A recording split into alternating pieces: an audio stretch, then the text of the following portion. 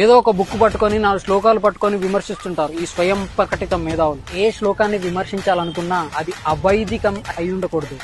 ఆ శ్లోక అనేది వేదాల నుంచి కాంట్రడిక్ట్ అవ్వకూడదు. వేదాలు తెలియాలంటే ముందుగా ఫౌండేషన్ ఆఫ్ సనాతన ధర్మ అంటే ఏంటో తెలియాలి. శృతి, స్మృతి, పురాణం, ఇతిహాసం, ఆగమం, సిద్ధాంతం. అందులో శృతి అంటే 4 వేదాలు: ఋగ్వేదం, యజుర్వేదం, సామవేదం, అధర్వణ వేదం. అందులో ఒక్క వేదం చదువుకోవాలంటే 13 సంవత్సరాలు పడుతుంది. 4 వేదాలు చదువుకోవాలంటే 54 సంవత్సరాలు పడుతుంది. నైష్టిక బ్రహ్మచర్యంతో లేదా దాన్ని సపోర్ట్ చేసే వేదాంగాలు శిక్ష, వ్యాకరణం, ఛందస్సు, యుక్త, జ్యోతిష్య, కల్ప అనే 6 వేదాంగాలు తెలిసి ఉండాలి.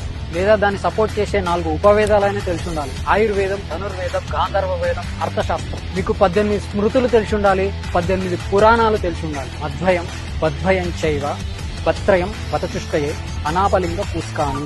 మార్కండేయ పురాణం, మత్స్య పురాణం, భగవత పురాణం, భవిష్య పురాణం, బ్రహ్మాండ పురాణం, బ్రహ్మ పురాణం, బ్రహ్మ వైవర్త పురాణం, విష్ణు పురాణం, వరాహ పురాణం, వామన పురాణం, వాయు పురాణం, అగ్ని పురాణం, నారద పురాణం, పద్మ పురాణం, లింగ పురాణం, గరుడ పురాణం, కూర్మ పురాణం, స్కాంద పురాణం.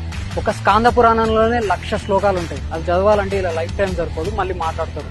అండ్ పురాణాలు అనేవి ఫిలాసాఫికల్ గా ఉంటాయి, దానికి డైరెక్ట్ గా మెసేజ్ ఉండదు. సో అది తెలియాలంటే ఒక గురువు సహాయం అవసరం.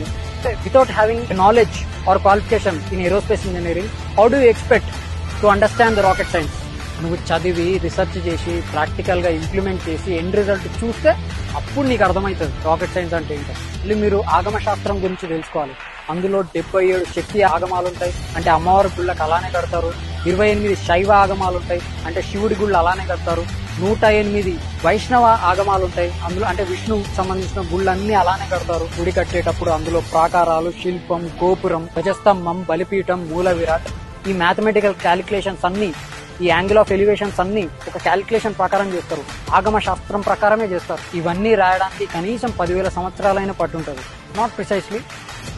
ఇవన్నీ చదివి అర్థం చేసుకొని డీకోడ్ చేసుకొని అన్వయించుకోవాలంటే నువ్వు 100 జన్మలు ఎత్తినా సరిపోదు. మీరు విమర్శించే విధానం ఏదైతుందో అది క్రిస్టియానిటీని విమర్శించవచ్చు, ఎందుకంటే సర్వం బైబిల్లో ఉంటుంది. వాళ్ళకి బైబిల్ని చూసి క్రిస్టియానిటీ విమర్శించవచ్చు, అలాగే ఖురాన్ని చూసి ఇస్లాంని విమర్శించవచ్చు.